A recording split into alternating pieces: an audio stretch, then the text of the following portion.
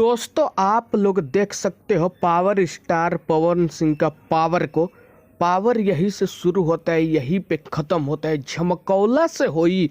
दोस्तों आप लोग देखो, देश की राजधानी दिल्ली और दिल्ली में है इंडिया गेट।